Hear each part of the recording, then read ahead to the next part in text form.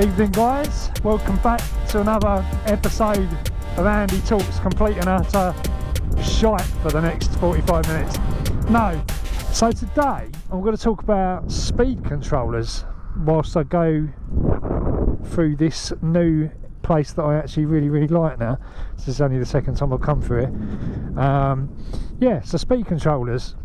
So originally, I think like a lot of people, when I set out to build this bike, I ended up with a because I kind of bought like a bit like the stuff we kind of sell really. I kind of bought like a kit of all the bits and pieces, and I didn't really know at the time too much about any one part, only really the batteries, because I'd built them myself. But I think it's just been mowed down here. Yeah, so I kind of ended up with this speed controller, which I think is called an Infineon, and it's a bit of a weird one, that, because they call them that, but that's not a brand. So if you kind of Google search that, you never end up finding out what the blooming thing really is. One day I will go straight on ahead, I think, and have a look, see what's down there. Not tonight though. So yeah, this Infineon controller was basically like a sort of very generic looking controller,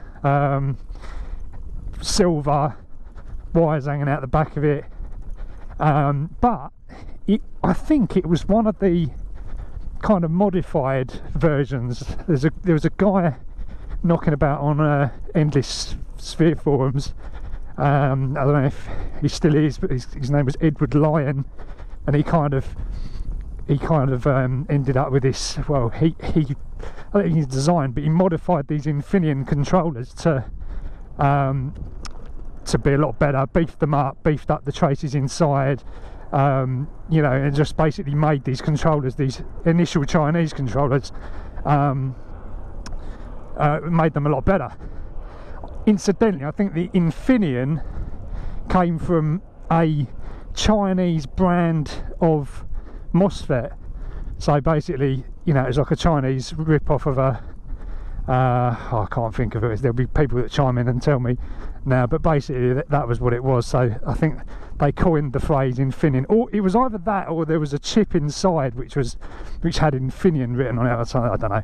Anyway, so these controllers, they work very well, but they were kind of, I think they were like square wave, because the noise that it used to make when I connected it to this motor, it's very easy to set up. When I connected it to this motor, and this is still the same motor that I originally used, it would sound like a little, I don't know, it was a weird sound, but I actually quite liked it. It was kind of like a boop boop boop. It would sound like a little motorcycle, but obviously with an electrical sort of sound about it. And yeah, so I whacked that on, and we had a 3-position switch with the 3 different power settings, and you know, it worked fantastically well. Brutal acceleration, you know, not much in the way of sort of thermal regulating or anything like that. It would basically get red hot, like, I mean, so toasty hot, but it just carried on working. Like, it didn't fail, it didn't reduce the power, it just got bloody hot, and that was it. It just kept going. But like all these things, you sort of think, you know, you want a bit more power, you want a kind of a bit more control, you want to sort of go down you know, different routes with it. So I ended up moving on to the next thing, which was Sabvaton. And I know you guys know that I've got a Sabvaton in now at the moment, but basically these controllers looked very good. A lot of people were using them. I mean, this is only probably like 2 years ago. I don't think it's 3 years ago. I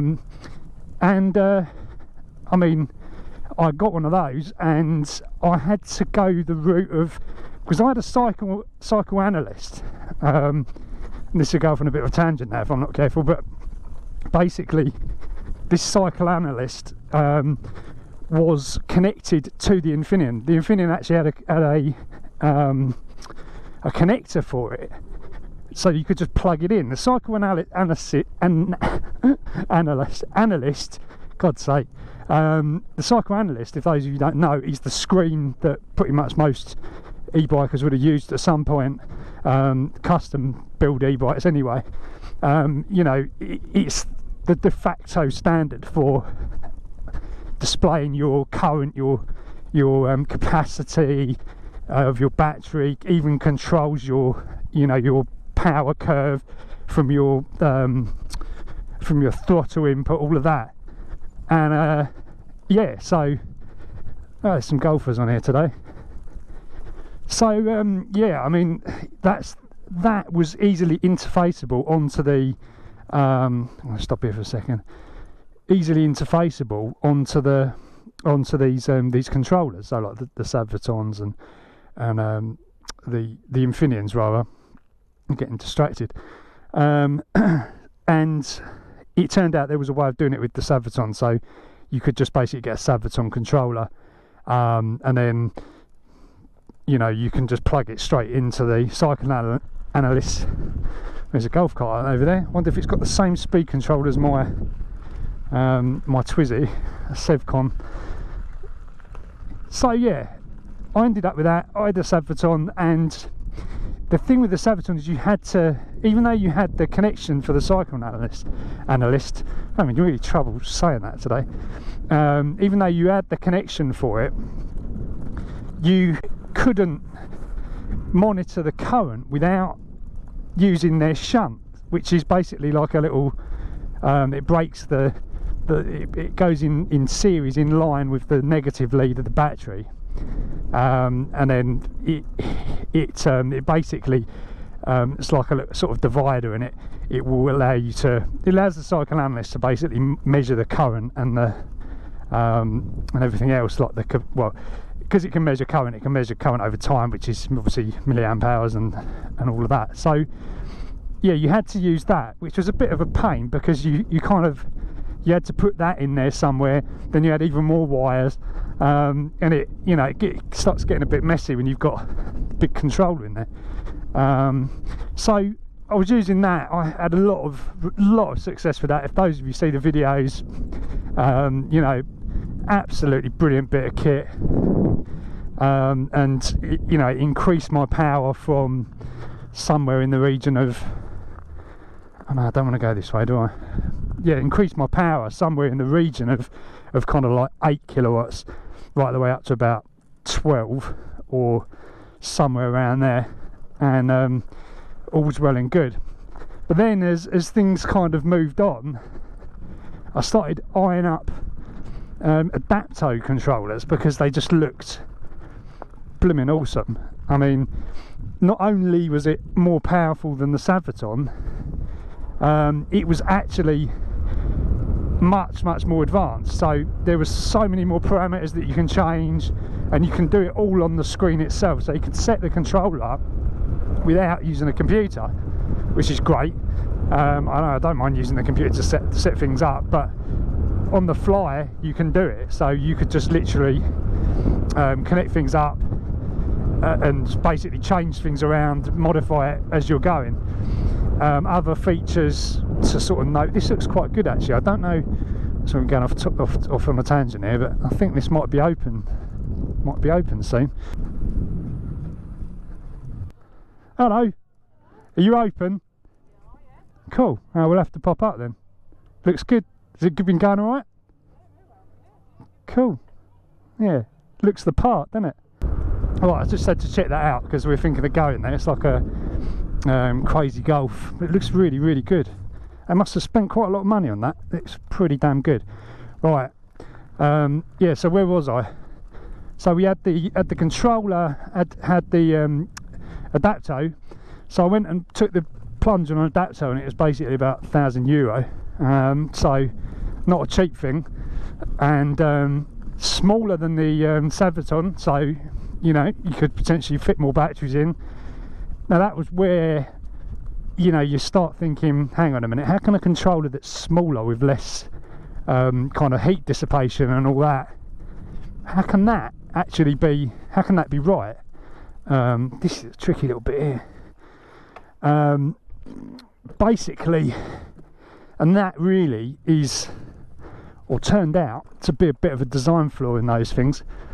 That got hot, and there was always the kind of question, or when you kind of talk to people about it, just say, well, no, you've got to retune it, you've got to tune the motor properly. And the motor tuning process, you know, it's quite a long-winded process. The system actually does an auto calibration like Saviton, but it's way more advanced, and that is probably part of the problem. What it does is it kind of tweaks it very slowly, so your back wheel basically spins up to full RPM. So you've got to put your, when it's doing the auto calibration process, you've got to put your, oh, I love climbing up hills like that.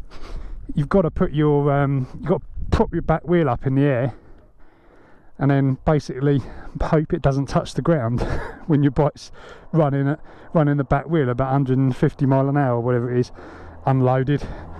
And then it does like a tuning process, and it will, you know, basically detect everything. So, you know, that worked, that was good. And what started to happen, I mean, this is where, what happened before that actually. I went down this process of like thinking, shall I register the bike as a motorcycle? Like, I started that process. If those of you who've seen the videos about that, you know, that was quite an interesting one. That's how I've ended up with all the lights and everything on here. Lights, headlights, indicators, brake lights, you know, stand, all the things that you need in the right places. Massive task to undergo. And I even went to the trouble of actually getting a DVLA number for this frame. Anyway, part of the reason with the Adapto was because you can program it, you can lock it down to a certain power level, and actually it's a very safe controller. The throttle acceleration and everything else, the throttle curves and stuff are so smooth.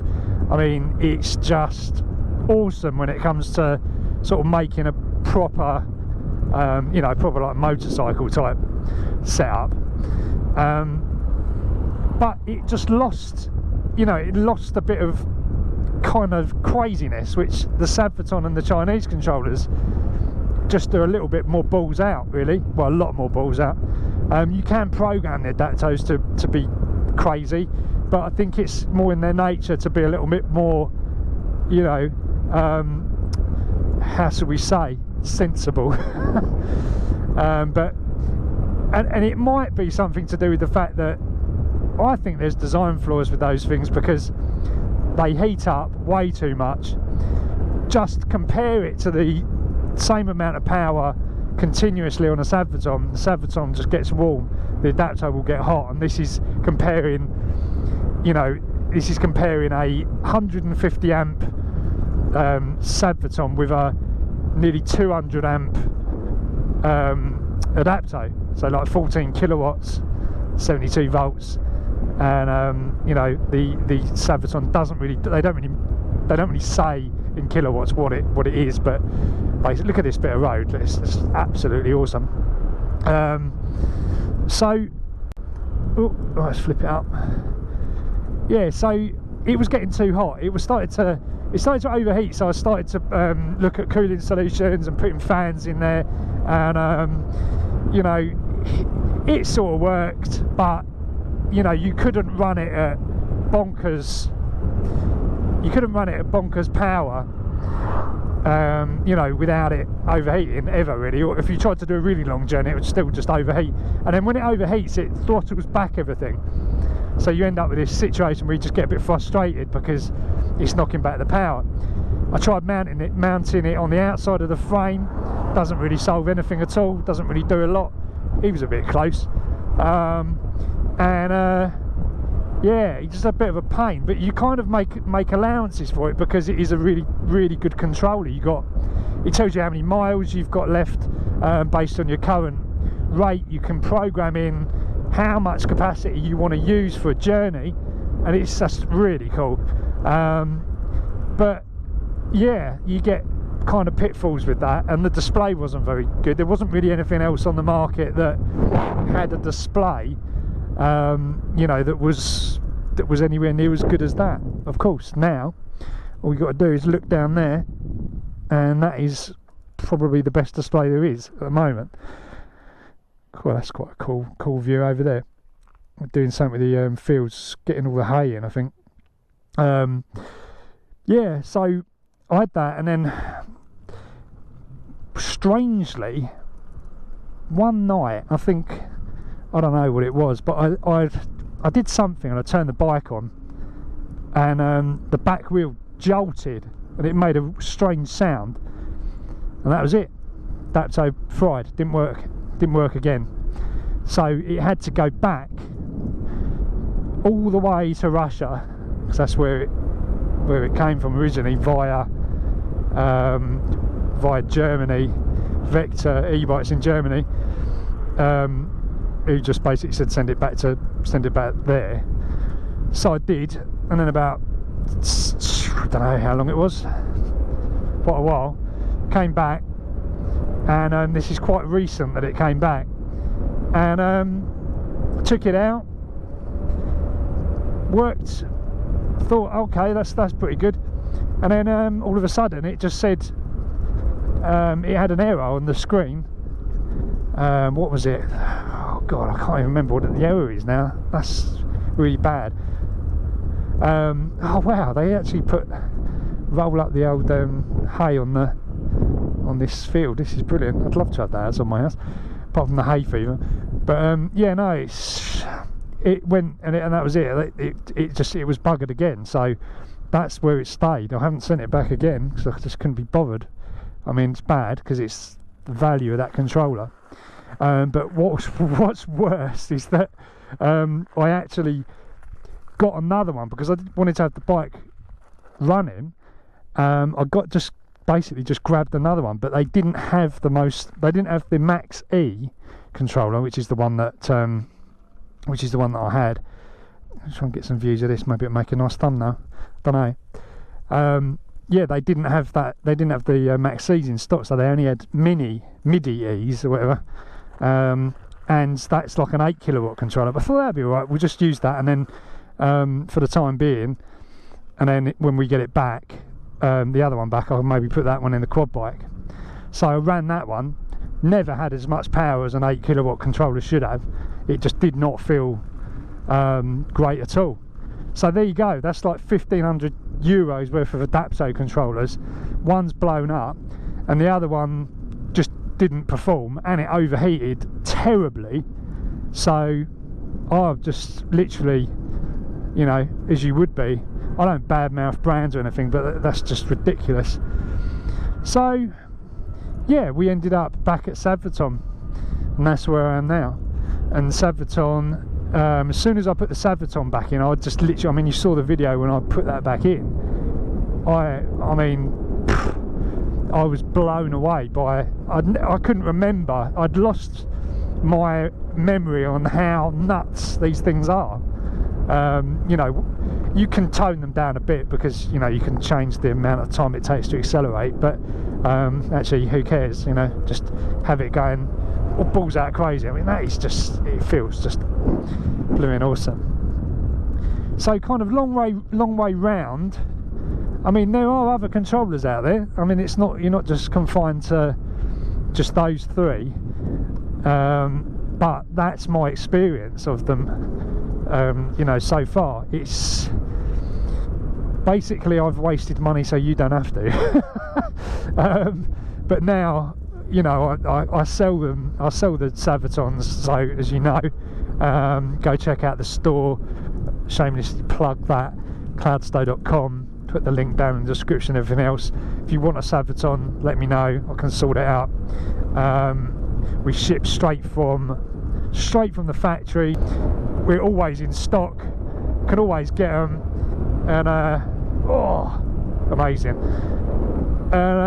Yeah, it's just an easier way to do it, and it's actually cheaper to ship anything from there to anywhere rather than from the UK to there. But customer support or whatever, you get it from here us guys like, oh blimey, I thought a dog was running. Yeah, you get it from us, and yeah, you know, if you get any issues, you can send stuff back here. You know, you don't have to send it back to China. It's not a problem. So yeah, that's that. But yeah, I just highly recommend Sabvaton. It's just a great bit of kit. You know, it's just a great controller. You know, I'm not saying that. This is the reason why we sell them. I mean, I'm not going to say that if I didn't. But they just perform. I mean, this now is running. You know, it's up to 80 amps. I think it's 80 amps, and you know, it's not the most crazy amount of power that you can put through it. It goes up to 150. So I've still got room, but it's the batteries on my end that you know, I don't want to go too far with at this stage. You know, going to be building or you know, getting another pack built shortly. But I mean, whoa. It's always strange looks you get on the old the cyclists. So yeah, the other day, oh my god, I forgot about this. I can feel all these little bugs and stuff hitting me. The other day I got hit by something, or I hit something at about 40 miles an hour. I think it was must have been a bee or a wasp or something. It whacked into my chest. I'm wearing a vest like I was wearing a vest the other day, and I'm wearing a vest now. And I just felt it hit the side of me, and crikey, the pain! It just, oh, it stung. It was really intense for about a minute, I should say, probably, and then it kind of died down. But I've just got this huge red mark there, huge. I don't know whether it's like the impact or whether it's actually the sting or some sort of allergic reaction or something. I've got something stuck in my nose right now. But yeah, God, that was not cool at all. So it's just itching like buggery now. This is the thing. It's really blooming itching. Putting Amphosan on it, and it's it's not good at all. Anyway, yeah, nice little ride. Just somebody said this in the comments the other day. Said, oh yeah, no, I've gone back to pedalling or pedal assist because I just cover too much ground just using throttle on the e-bike. It's true. I don't know how far I've gone chatting away, but I feel like I've gone miles. I've done like all my loops. This will be the last bit of one of my usual little loop rounds, and yeah, I've done it all basically. It's nice and cool though. It's cooling me down lovely. It's just so hot today. Got in the car the other day and it said 39. Lovely little roads. Whoa.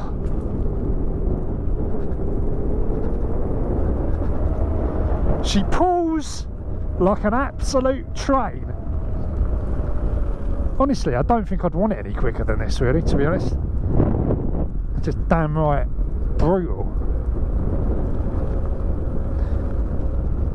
It's saying about 6 kilowatts. Funny, I was watching back a couple of my old videos. I love it for it when it's like this. You've got the kind of stinging out. You've got all the sun shining through. Yeah, oh bloody hell! I was watching back through a couple of my old videos. God, and I said the other day, have I slowed down? Yeah, I have slowed down a bloody lot compared to that. I was watching it back and I was thinking, crikey! I don't know if it was the GoPro making it look a lot quicker than it was though, but Jesus, I was tearing about. Just no fear. I'm not as bad now. I think don't know what it was. I think it might have been just the skateboard that kind of shook me up a bit, because I'd had a bad fall on that. I literally was out in the wet on that.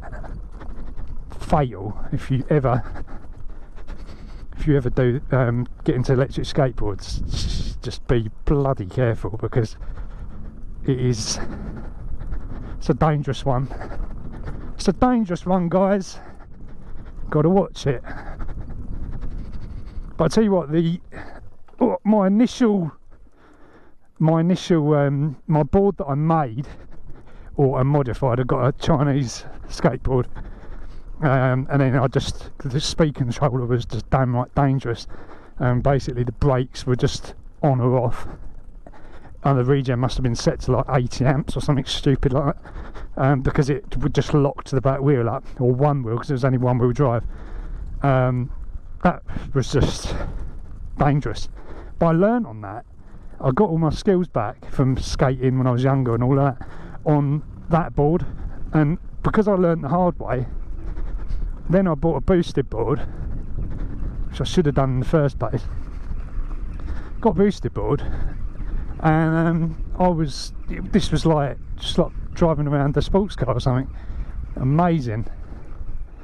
It felt so much better, like so much safer. The wheels are a bit wider. Anyway, I'm talking about skateboards, but I was looking at, there's some wheels you can get, some new wheels, which are like kind of off-road wheels.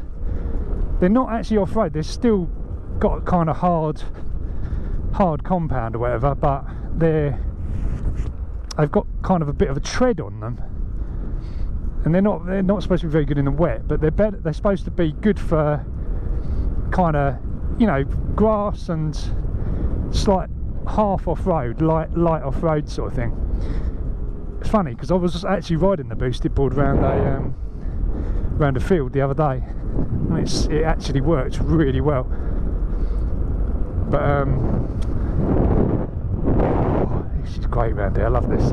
Look at the way the light is falling on the, I don't know if you'll get this from the GoPro, but the way the sun is shining sort of golden on these fields is just pretty epic, really.